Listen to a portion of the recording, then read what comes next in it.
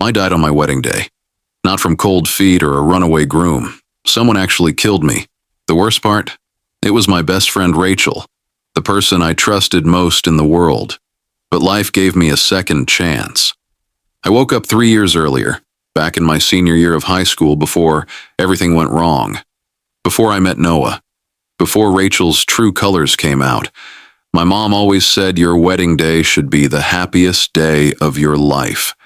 Mine ended with me choking on my own blood, collapsed on the bathroom floor in my white dress, while Rachel stood over me with tears streaming down her face.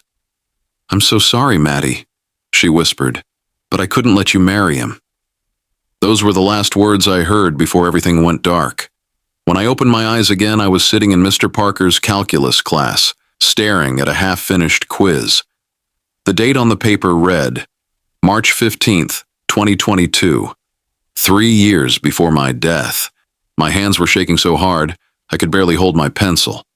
5 minutes left, Mr. Parker called out. Around me, my classmates were frantically scribbling answers. I looked down at my paper, the familiar equations swimming before my eyes. In my past life, I had bombed this quiz. It had sent my GPA into a tailspin, forcing me to give up my dream of attending Berkeley. Instead, I ended up at the local state college where I met Noah, where everything started falling apart. This time would be different. The answers flowed easily now. I had spent countless hours studying these same concepts while tutoring Noah. My pencil moved confidently across the paper as I completed each problem. When Mr. Parker collected the quizzes, I knew I had aced it. "How'd you do?" The familiar voice made my blood run cold. Rachel slid into the seat next to me, her long dark hair falling over her shoulder as she leaned in close. Just like she used to do. Just like she would do for the next 3 years, playing the role of my devoted best friend while slowly poisoning every part of my life. "Fine," I managed to say, fighting the urge to recoil from her. In my mind, I could still see her standing over me in that bathroom, the empty bottle of drain cleaner in her trembling hands. But this Rachel didn't know any of that yet. This Rachel was still just a 17-year-old girl who copied my math homework and borrowed my clothes without asking. "I totally failed," she groaned, dropping her head dramatically onto her desk. "My parents are going to kill me if I don't get my grade up. Help me study for the next one." 3 years of memories flashed through my mind, all the study sessions that turned into gossip sessions, all the times I let her copy my work because that's what best friends did, all the ways I enabled her dependency on me, never realizing how that dependency would curdle into something darker. "Actually, I can't," I said, gathering my books. "I'm really focused on getting into Berkeley. I need to keep my grades up." Rachel's head snapped up, her expression a mix of hurt and confusion. "Berkeley? Since when do you want to go to Berkeley? I thought we were both applying to state so we could be roommates." That had been the plan. Rachel's plan. The one I had followed without question because I was too afraid of losing my best friend. Not this time. "Plans change," I said, standing up. "I should get to chemistry." As I walked away, I could feel Rachel's eyes boring into my back. The first domino had fallen. Already, the future was shifting onto a different path. Chemistry was my next class, the one where I would meet Noah in my past life. He had transferred in mid-semester, taking the empty seat next to me. I had fallen for his easy smile and quick wit, never noticing how his charm masked something colder underneath. Never seeing how he and Rachel gravitated toward each other when they thought I wasn't looking. But this time, when the door opened and Noah walked in, I kept my eyes fixed firmly on my textbook. I didn't look up when he sat next to me, didn't respond to his friendly, "Hey," beyond a brief nod. "I'm Noah," he tried again. "Just transferred from Lincoln High." "Madison," I replied curtly, still not meeting his eyes. In my peripheral vision, I could see his confident smile falter slightly. "So, chemistry, huh? Not my best subject. Maybe we could study together sometime?" 3 years ago, I had eagerly agreed. That study session had turned into coffee, which turned into dinner, which turned into 3 years of my life spent orbiting around Noah like he was the sun, until he and Rachel burned me to ashes. "Sorry," I said, finally looking at him. His dark eyes were just as magnetic as I remembered, but now I could see the calculation behind them. The way he was already trying to figure out how to win me over. "I prefer to study alone." The rest of class passed in awkward silence. When the bell rang, I packed up quickly and left before he could try talking to me again. In the hallway, I let out a shaky breath. 2 major changes to the timeline in one day. The butterfly effect was already rippling outward, reshaping the future with each small deviation. At lunch, I didn't sit at my usual table with Rachel and our other friends. Instead, I found an empty spot in the library and pulled out my calculus textbook. I had 3 years of knowledge about what was coming, 3 years to prepare and make different choices. I wasn't going to waste a single minute. This seat taken? I looked up to see James Chen standing there, his laptop tucked under one arm. In my past life, I had barely known James beyond seeing him at math league competitions. He had graduated as valedictorian and gone to MIT, while I was stuck at State, watching my dreams slip away. "Go ahead," I said, gesturing to the chair across from me. He set up his laptop and pulled out his own calculus book. We worked in comfortable silence for a while, occasionally comparing answers on the more challenging problems. It was nice, peaceful in a way my friendship with Rachel had never been. No drama, no emotional manipulation, just 2 people focused on their goals. "You're really good at this," James commented as I walked him through a particularly tricky integral. "You should join Math League. We could use someone with your skills." In my past life, Rachel had talked me out of joining Math League. "Why would you want to hang out with those nerds?" she had asked. "Besides, practice is during our mall time." And like an idiot, I had listened. "Actually," I said, "that sounds great. When do you meet?" The next few weeks fell into a new pattern. Mornings were for studying in the library before class. Afternoons were for Math League practice.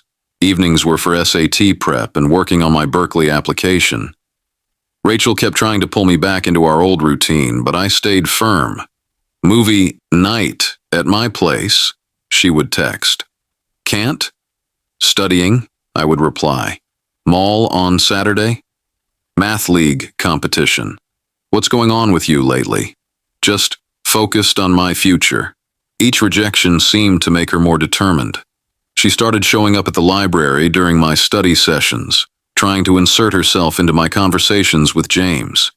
She joined Math League too, despite having barely passed Algebra 2. "I just want to spend more time with my best friend," she said with that sweet smile that I now knew hit a knife. "We hardly see each other anymore." I could see it eating at her, the way I was slipping out of her control. In my past life, Rachel had carefully crafted our codependent friendship, making sure I relied on her for everything. She had subtly undermined my confidence, discouraged my ambitions, all while presenting herself as my biggest supporter. The night of the Math League regionals, everything came to a head. Our team had won first place, with James and I scoring the highest individual points. As we celebrated over pizza afterward, Rachel pulled me aside. "I can't believe you're doing this to me," she hissed, her eyes bright with angry tears. "Doing what?" "Abandoning me. Ever since you started hanging out with these nerds, you've completely changed. The Madison I know would never—" "The Madison you know," I cut her off, was too afraid to be herself, too afraid of losing her best friend to pursue her own dreams. I took a deep breath. "But I'm not afraid anymore, Rachel. And I'm not abandoning you. I'm just choosing myself for once." She stared at me, her face going through a rapid series of emotions: hurt, anger, calculation, manipulation. I had seen this pattern so many times before, but now I could recognize it for what it was. "Fine," she said finally, her voice cold. "Choose yourself, but don't come crying to me when you realize how lonely it is at the top." She stormed out of the pizza place, probably expecting me to chase after her like I always had before. Instead, I went back to the celebration, sliding into the booth next to James as he explained a particularly elegant solution to one of the competition problems. The next morning, Rachel wasn't at school, or the next day, or the day after that. In my past life, this was how she would punish me when I stepped out of line, disappearing until I came crawling back, desperate to fix whatever I had done wrong. But this time I didn't text or call. I focused on my studies, on Math League, on building a future that wasn't tangled up in Rachel's web. A week later, she returned to school with a new friend in tow, Noah. They made sure to walk past my locker together, laughing loudly at some private joke. 3 years ago, this would have devastated me. Now I just felt sorry for them both. The rest of senior year passed in a blur of studying, competitions, and college applications. Rachel and Noah dated briefly, then broke up messily. They tried separately and together to draw me back into their drama, but I stayed focused on my goals. When the Berkeley acceptance letter came, James was the first person I told. We celebrated with bubble tea and a marathon study session for our upcoming AP exams. Somewhere along the way, our friendship had evolved into something deeper, but neither of us felt the need to rush or label it. We had time. The night before graduation, Rachel showed up at my house. She looked smaller somehow, less confident than I remembered. "I miss you," she said simply. "I know I messed up, but you're still my best friend." In my past life, this was the moment where I had forgiven her, where I had let her back in, setting us on the path that would end in that bathroom 3 years later. But now I could see the manipulation behind her words, the way she was trying to use our history to regain control. "I miss who we used to be too," I said honestly. "But that's not who we are anymore, and that's okay." She started to argue, to plead, but I gently closed the door. Through the window, I watched her stand there for a long moment before finally walking away. It felt like closing a book I had read too many times. Bittersweet, but necessary. At graduation, I sat between James and another Math League friend, instead of next to Rachel, as originally planned. When they called my name as valedictorian, another change from my past life, I gave a speech about courage, about choosing your own path, even when it means walking away from familiar roads. That fall, James and I both headed to Berkeley. We weren't dating yet, but we were moving in that direction at our own pace. Rachel went to state as planned, and sometimes I saw her posts on social media. She seemed okay, different but okay. Noah disappeared from both our lives, which was probably for the best. 3 years passed quickly. No wedding, no bathroom, no betrayal. Just me, living the life I should have had the first time around. And when I woke up on what would have been my death day, I was in my Berkeley dorm room, alive and free. Sometimes I wonder if my past life was just a dream, a warning from my subconscious about the dangers of losing yourself in toxic relationships. But then I'll catch a glimpse of a white dress in a store window or smell cleaning products in a public bathroom, and my body remembers. The fear, the pain, the betrayal. It was all real. But so is this new life I've built. So is the strength I found to change my story. And that's the thing about second chances. They're not really about going back and fixing the past. They're about having the courage to write a completely new future. I saw Rachel one last time, at a coffee shop near campus. She was visiting a friend at Berkeley and did a double take when she spotted me studying in the corner. For a moment, she looked like she might come over, might try one more time to rebuild that bridge. Instead, she just gave me a small nod and walked away. In that moment, I finally understood something. Forgiveness doesn't always mean letting people back into your life. Sometimes, it means accepting that they were only meant to be part of your story for a chapter, not the whole book. My mom was wrong about one thing. Your wedding day doesn't have to be the happiest day of your life. Sometimes, the happiest days are the quiet ones, the ones where you're just living the life you chose for yourself. The days when you look in the mirror and recognize the person staring back at you. I don't know if I'll ever get married. Maybe I will, maybe I won't. But I do know that whatever future I choose, it will be mine. Not Rachel's, not Noah's, not anyone else's. just mine. And that's worth dying for. Worth living for, too. Looking back now, I realize that my second chance wasn't really about avoiding death. It was about learning to live, really live, on my own terms. About understanding that sometimes the most important relationship you need to fix is the one with yourself. They say when you're dying, your life flashes before your eyes. But when you get a chance to live again, you see everything differently. You notice the red flags you missed the first time, the moments where you could have chosen differently, the times you gave away pieces of yourself, trying to keep others happy. I still have the acceptance letter from Berkeley framed on my wall. Not because it's a trophy, but because it's a reminder. A reminder that we always have choices, even when it feels like we don't. A reminder that it's never too late to change your story. James and I have been officially dating for a year now. It's different from what I had with Noah. Calmer, more honest. We study together in comfortable silence, challenge each other to be better, support each other's dreams without trying to own them. Sometimes I want to tell him about my past life, about how close I came to never meeting him at all. But some stories are better left untold. Rachel posts a lot on social media about finding yourself and toxic friendships. Sometimes I wonder if she learned something too.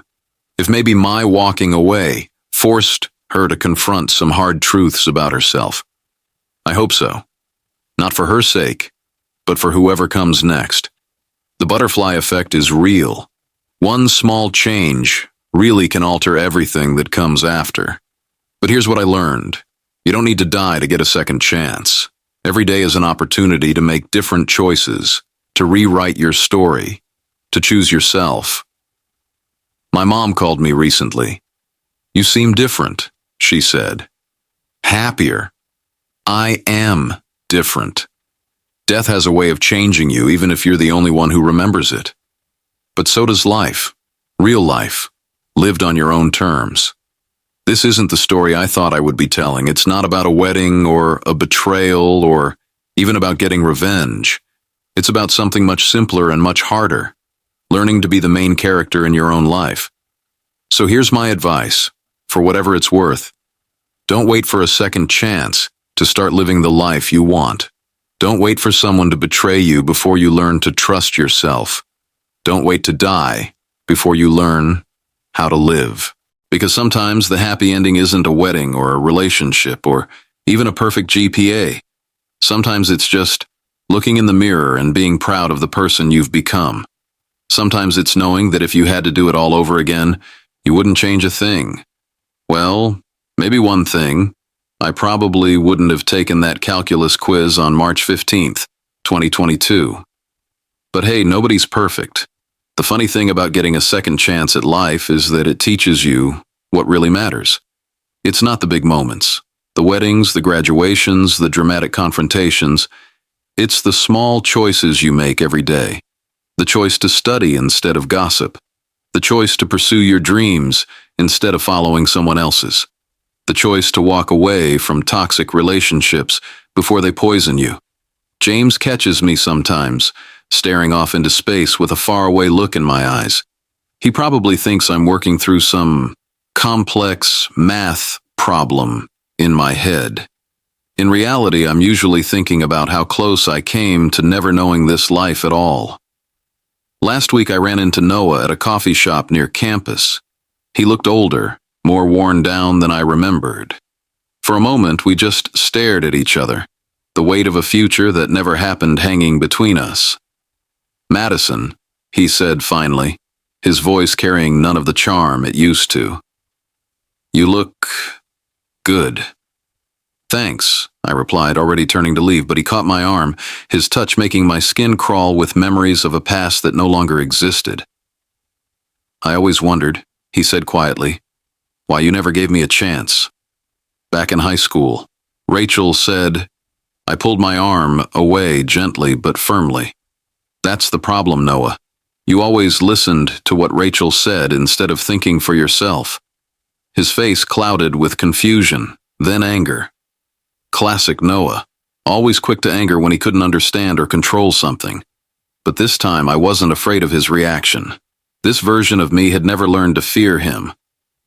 "You don't know anything about me and Rachel," he started, but I cut him off with a laugh.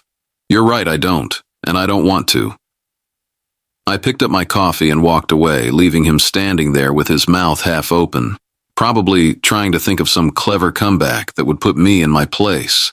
3 years ago, in another lifetime, that encounter would have shaken me to my core. I would have spent days analyzing every word, every gesture, wondering if I had made the right choice in walking away from him. But now it felt like running into a stranger who happened to share a name with someone I used to know. That night, curled up in my favorite study spot in the library with James, I broke our comfortable silence. "Do you ever think about how different life could be if you had made different choices?" James looked up from his quantum mechanics textbook, his dark eyes thoughtful behind his glasses. "Sometimes. But then I remember that all those choices led me here, to this moment, to you." He smiled, that soft, genuine smile that never failed to make my heart skip a beat. So they couldn't have been that bad. I leaned my head against his shoulder, breathing in the familiar scent of his laundry detergent mixed with the dusty library air. He didn't know how right he was, how many choices, how many lives it had taken to get to this moment. The next day I got an email from Rachel. My finger hovered over the delete button, but curiosity won out. It was short, just a few lines. "I saw Noah yesterday. He told me about running into you. You've really changed, Maddie. Or maybe you were always this strong, and I just couldn't see it because I was too busy trying to keep you weak. I'm sorry for a lot of things, but mostly I'm sorry I couldn't be the friend you deserved. I hope you're happy. You seem happy." I didn't reply. Some doors are better left closed, even when the person on the other side is knocking more gently than before. Spring turned to summer, and James and I decided to stay on campus for research positions. Our relationship deepened with the longer days and warmer nights. We'd take breaks from our work to lie on the grass in the quad, pointing out shapes in the clouds and talking about the future. "Berkeley's quantum computing program wants me for grad school," he told me one evening, his voice casual but his hand tightening slightly around mine. "James, that's amazing." I sat up, beaming at him.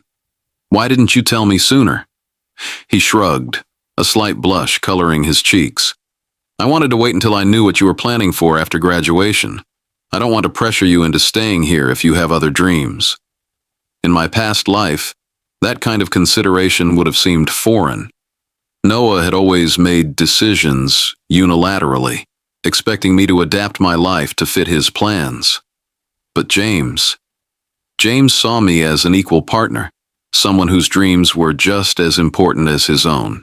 "Actually," I said, pulling out my phone to show him an email I'd received that morning, "the Applied Mathematics Department just offered me a teaching assistant position for their graduate program."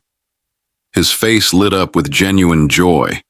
Not because I was staying for him, but because he knew how much I wanted this opportunity.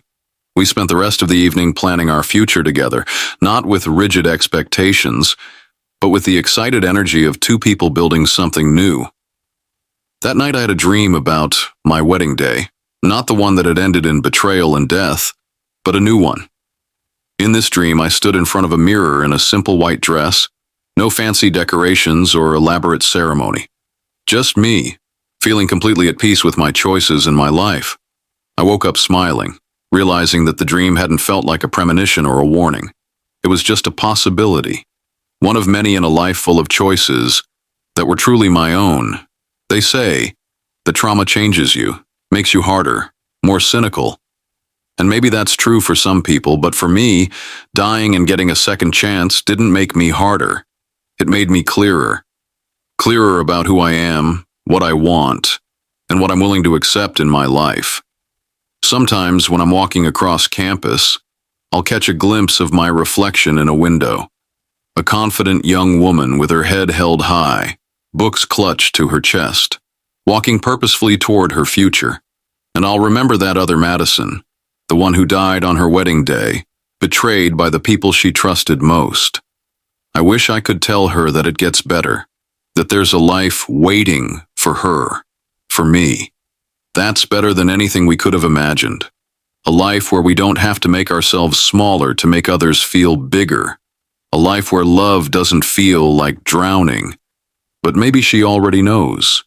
Maybe that's why she gave me this second chance, not to fix the past, but to create a completely different future. One where we don't just survive, we thrive. And isn't that the best revenge of all? Tonight, James and I are studying in our favorite corner of the library when my phone buzzes. It's a Facebook notification. Rachel's getting married. The photos show her beaming next to a guy I don't recognize, holding up her left hand to display the ring. She looks happy, genuinely happy. Not the calculated happiness she used to perform for social media. My first instinct is to check the date, June 15th, exactly 3 years after what would have been my wedding day. The symmetry of it hits me hard, making me wonder if somewhere in some parallel universe, another Madison is still walking down that aisle toward her doom. "You okay?" James asks, noticing my expression. "You look like you've seen a ghost." "In a way, I have." I show him the post, watching as he scrolls through the photos. "An old friend from high school," I explain. "She's getting married." James studies my face carefully. He's always been good at reading the things I don't say. "Do you want to go?" I look at the invitation Rachel's tagged me in, remembering the last wedding I attended, my own, in another lifetime. "No," I say finally. "Some chapters are better left closed." He nods, understanding without needing the full story. That's one of the things I love most about James. He never pushes me to explain the parts of myself I'm not ready to share. Later that night, curled up in my dorm room, I write Rachel a message. "Congratulations. I hope you found what you were looking for." I hover over the send button for a long moment before deleting it. Some things are better left unsaid. Instead, I pull out my journal, the one where I've been documenting this second chance at life. Not the big moments, but the small ones. The first time I scored higher than James on a physics exam, and he took me out for ice cream to celebrate. The night we stayed up until dawn working on a proof, just because we couldn't let it go. The way he looks at me when he thinks I'm not paying attention, like he can't quite believe I'm real. These are the moments that make up a life. Not the dramatic confrontations or grand gestures, but the quiet instances of choosing yourself and your happiness over and over again. Tomorrow, James and I will present our research at the undergraduate symposium. We've been working on it for months, a new approach to quantum encryption that combines our strengths in mathematics and physics. In my past life, I never would have dreamed of achieving something like this. I was too busy trying to make myself smaller, trying to fit into the spaces Rachel and Noah left for me. But this version of me? She takes up all the space she needs. She asks questions in class without worrying about seeming too smart. She challenges professors' assumptions and proposes new solutions. She loves fiercely but carefully, with boundaries and self-respect. Sometimes I catch myself waiting for the other shoe to drop, for James to reveal some hidden darkness, for Rachel to reappear and try to destroy my happiness again, for this whole beautiful life to dissolve like a dream. But then I remember, I died for this second chance. I earned this happiness the hard way. Last week, I got another email, this time from Noah's younger sister. She's applying to Berkeley and wanted advice about the mathematics program. In my past life, she would have been my sister-in-law, another person I had to tiptoe around to keep the peace. But in this life, she's just another bright young woman pursuing her dreams. I spent an hour writing her a detailed response about professors to seek out, research opportunities to explore, pitfalls to avoid. At the end, I added a piece of advice I wish someone had given me. Choose the path that scares you a little. Not because it's dangerous, but because it's bigger than what you thought you deserved. She replied with a simple, "Thank you," but it felt like closing another loop, healing another small piece of that old trauma. As I get ready for bed, I catch my reflection in the mirror. I'm wearing one of James's oversized MIT sweatshirts. He gave it to me as a joke, after Berkeley beat them in the latest mathematical modeling competition. My hair is messy from running my fingers through it while studying, and there's a smudge of whiteboard marker on my cheek. I look nothing like the bride I was supposed to be, nothing like the girl Rachel tried to mold me into, nothing like the future Noah had planned for me. Instead, I look exactly like myself, a mathematics student who loves quantum theory and bubble tea, who tutors freshmen in calculus, who's learning to rock climb because her boyfriend thinks it's like solving puzzles with your whole body. And maybe that's the real gift of this second chance. Not just avoiding death, but discovering who I am when I'm not trying to be someone else's version of myself. James texts me a string of equations, our goodnight ritual. I solve them in my head, smiling at his cleverness. The answer, when you work it out, spells sweet dreams in ASCII code. Because of course it does. Because this is the kind of love I get to have in this life. One that speaks my language, that challenges me to grow, that never asks me to be less than I am. Tomorrow, we'll present our research. Next week, we'll start planning our graduate school applications. Next year, who knows? The future stretches out before me, full of possibilities I never dared to imagine in my past life. And Rachel, Noah, they're just characters in a story I used to tell myself. A cautionary tale about what happens when you give away your power to people who don't deserve it. Their wedding invitation will go unanswered. Their texts will go unread. Their chapter in my life will remain firmly closed. Because this is my story now, and I'm writing it exactly the way I want it to end.